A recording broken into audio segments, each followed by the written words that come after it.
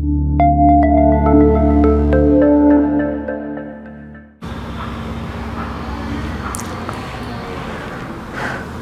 મિત્રો, આ વિડિયોની અંદર આપણે કીબોર્ડના એમસીક્યુ પ્રશ્નોની ચર્ચા કરીશું, જેમાં ડિટેલમાં પ્રશ્નો સમાવેશ છે કે જેથી કરીને કીબોર્ડને લગતા તમામ પ્રશ્નો જે છે એ કવર થઈ જાય. બરાબર છે, શરૂઆત કરીએ.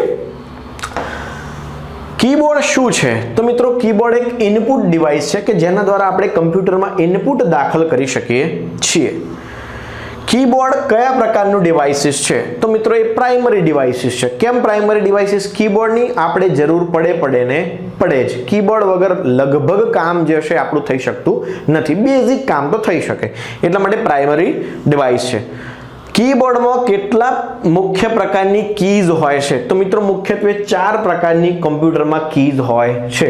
ન્યુમેરિક કી હોય, ફંક્શન કી હોય, બરોબર છે. તો આવી 4 પ્રકારની કી હોય છે. સ્પેશિયલ કીઝ હોય.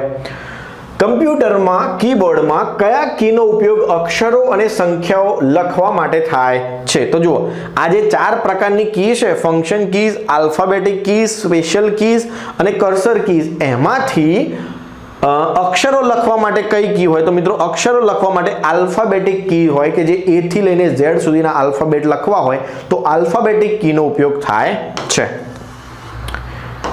કીબોર્ડમાં ફંક્શન કી કેટલી હોય? તો F1 થી લઈને F12 સુધીની ફંક્શન કી કમ્પ્યુટરમાં હોય છે. લાસ્ટમાં આપણે બધી જ ફંક્શન કી જેટલી પણ છે એનો ઉપયોગ લાસ્ટમાં મેં લખ્યો છે, આપણે જોઈ લઈશું.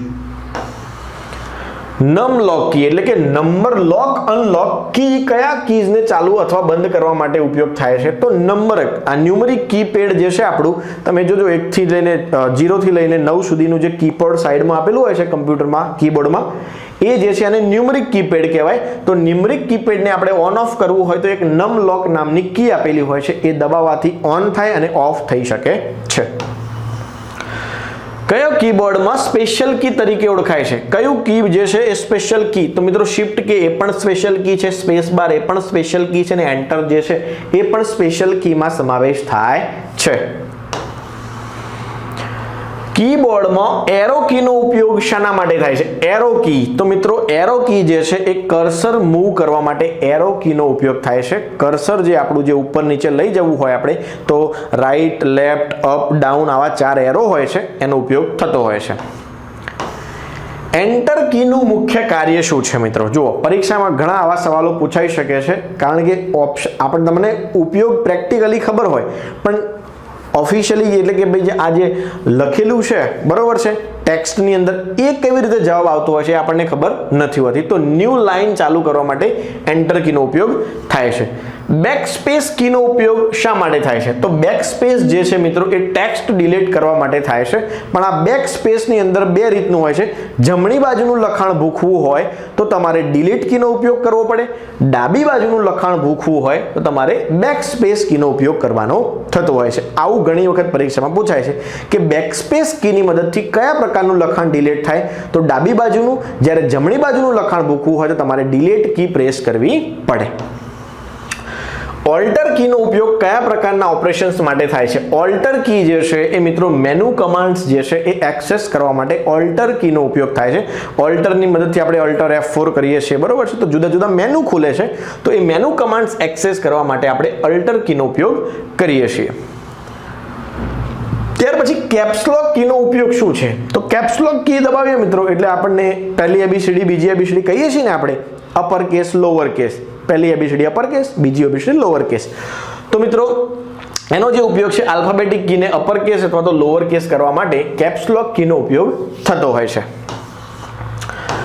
ત્યાર પછી ટેબ કીનો ઉપયોગ શું છે? ટેબ એટલે આપણે મિત્રો જમ્પ મારીએ છીએ ને, 5 સ્પેસ એક સાથે છૂટે છે, બરોબર છે. તો એ ટેબ કી જે છે એ શું છે મિત્રો? કર્સર જમ્પ કરવા માટે.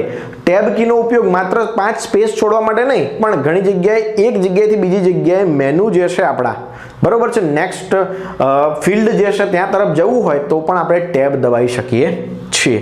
જુદા જુદા એપ્લિકેશનમાં જુદો જુદો ઉપયોગ થતો હોય છે. વર્ડમાં કંઈક જુદો થાય, બ્રાઉઝરની અંદર કંઈક જુદો થાય, પણ ખાસ કરીને તમારે કર્સર જમ્પ કરવું હોય તો ટેબ કીનો ઉપયોગ થાય છે. કીબોર્ડમાં કંટ્રોલ કીનો ઉપયોગ શું થાય છે?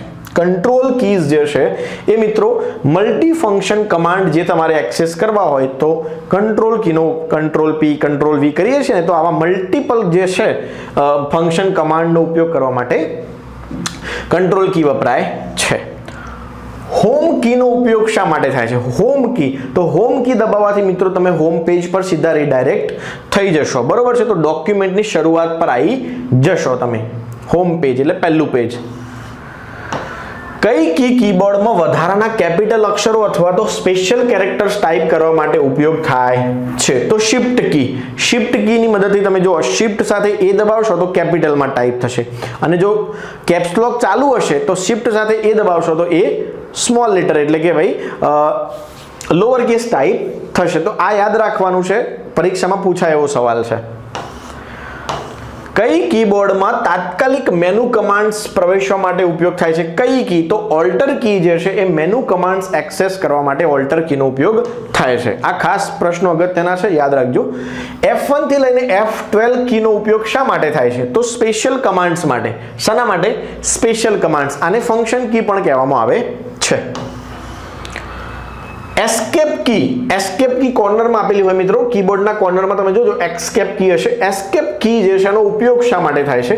તો મિત્રો જે કરંટ ઓપરેશન્સ જે છે ચાલી રહ્યું છે એને કેન્સલ કરવા માટે.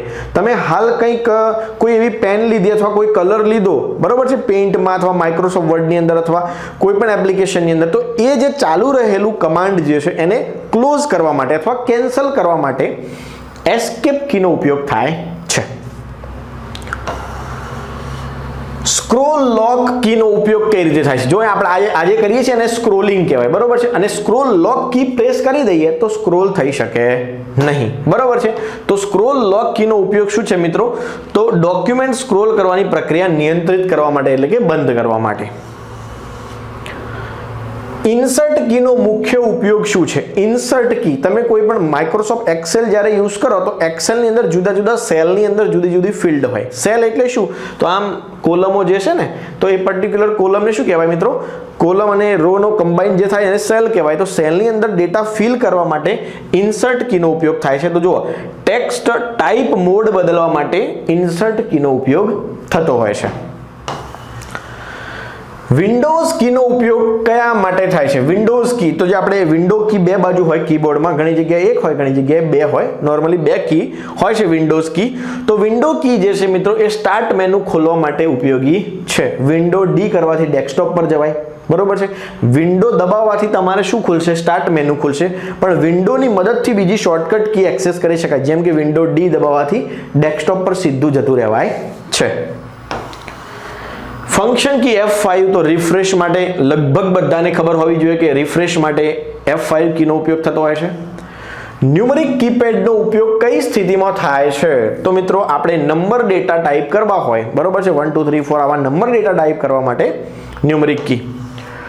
ત્યાર પછી PRTSCN એટલે કે પ્રિન્ટ સ્ક્રીન કીનો ઉપયોગ શું થાય? પ્રિન્ટ સ્ક્રીન એટલે આપણે મોબાઈલમાં સ્ક્રીનશોટ લઈએ છીએ ને, એવો સેમ આ જ સ્ક્રીન દેખાઈ રહી છે, આનો મારે સ્ક્રીનશોટ લેવો હોય તો કીબોર્ડ ઉપર પ્રિન્ટ સ્ક્રીન નામની એક કી હોય, એ તમે દબાવો એટલે આખી જે સ્ક્રીન દેખાઈ રહી છે એનો સ્ક્રીનશોટ લેવાઈ જશે.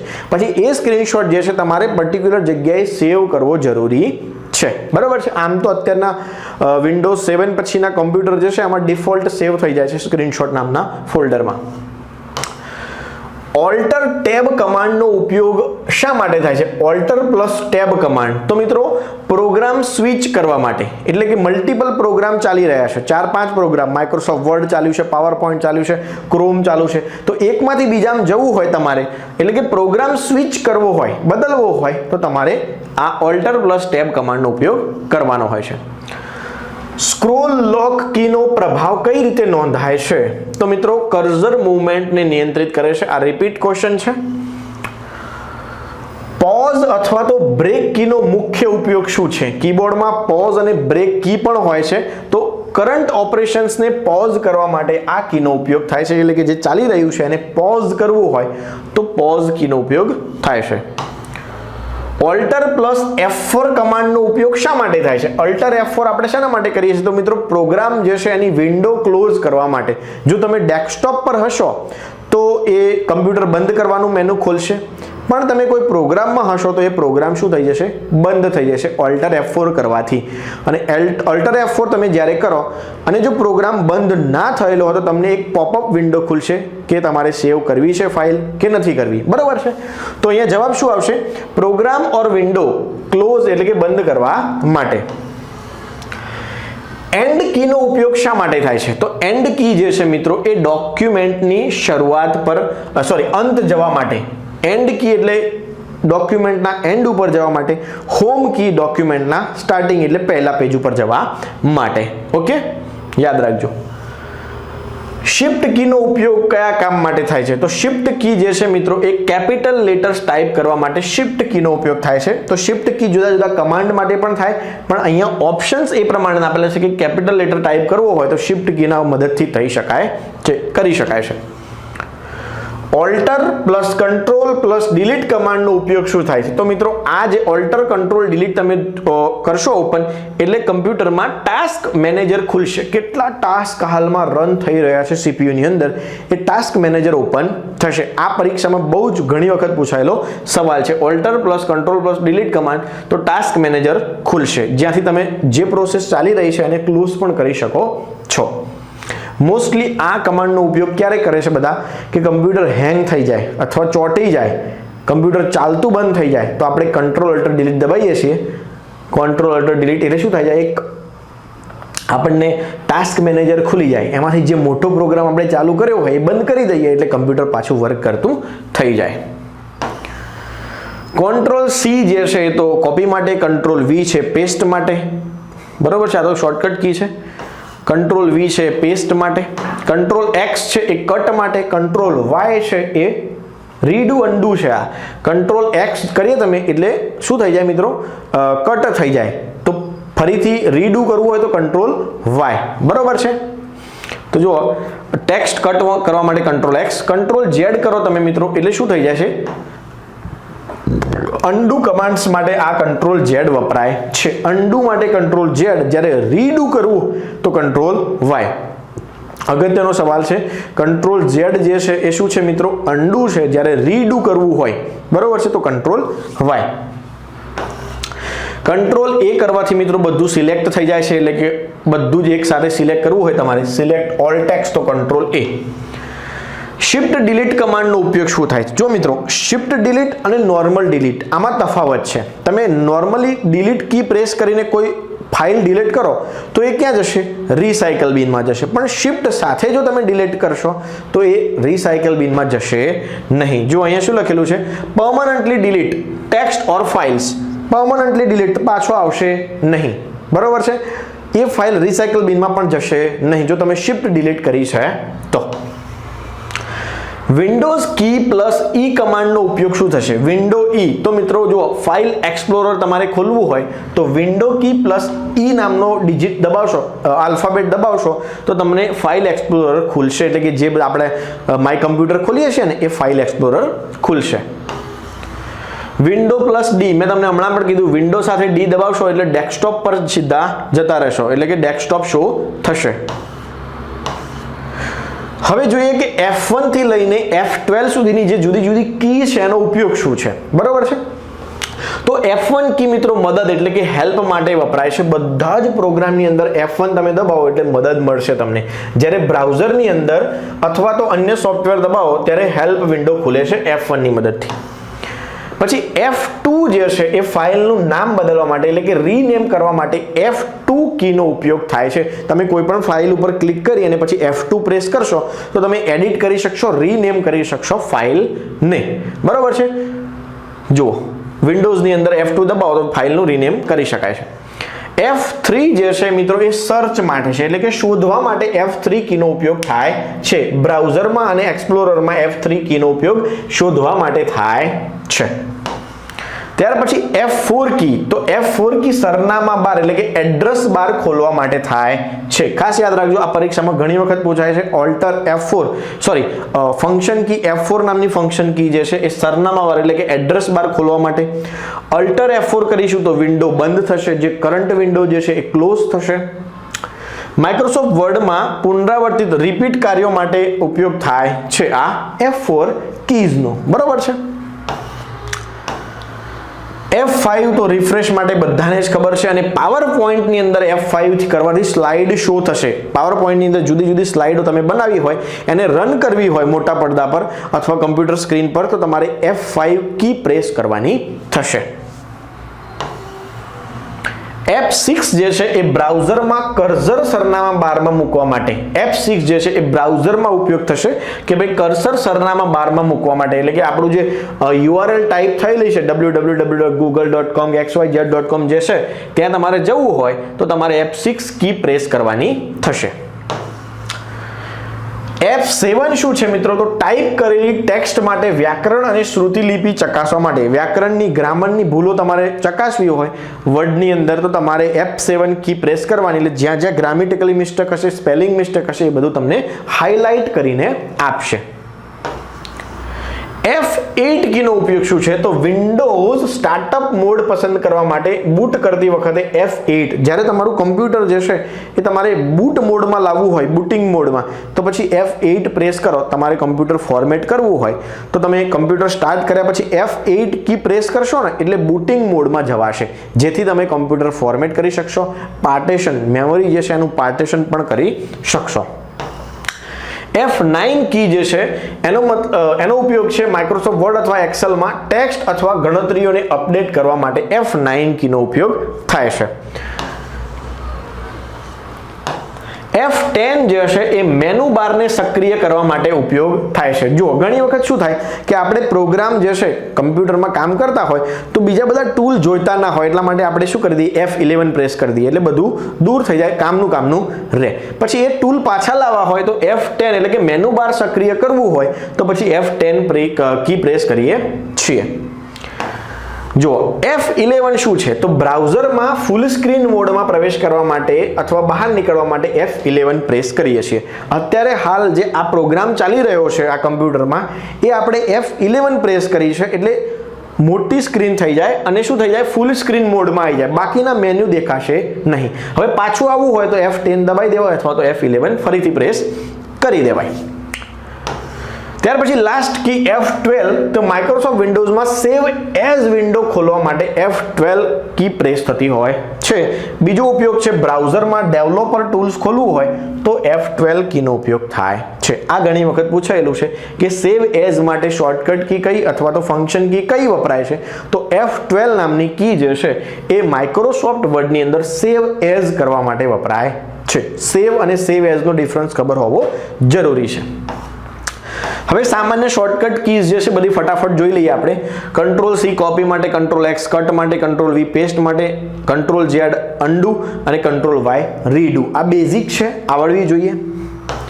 Ctrl+A તમામ સિલેક્ટ કરવા માટે, Ctrl+S ફાઇલ સેવ કરવા માટે, Ctrl+પ્રિન્ટ કરવા માટે, Alt+Tab દબાવશો તો એક વિન્ડોથી બીજી વિન્ડોમાં સ્વિચ કરવા માટે આવશે. Alt F4 છે પ્રોગ્રામ બંધ કરવા માટે, Ctrl+W વર્તમાન ટેબ અથવા દસ્તાવેજ બંધ કરવા માટે Ctrl+W થશે. Ctrl+N કરશો તો નવી ફાઇલ અથવા તો ન્યૂ વિન્ડો ખુલશે. Ctrl+N કરશો એટલે નવી ફાઇલ, વર્ડમાં તમે Ctrl+N કરશો તો નવી ફાઇલ ખુલી જશે. બ્રાઉઝરની અંદર ખોલશો તો નવી ટેબ ખુલી જશે.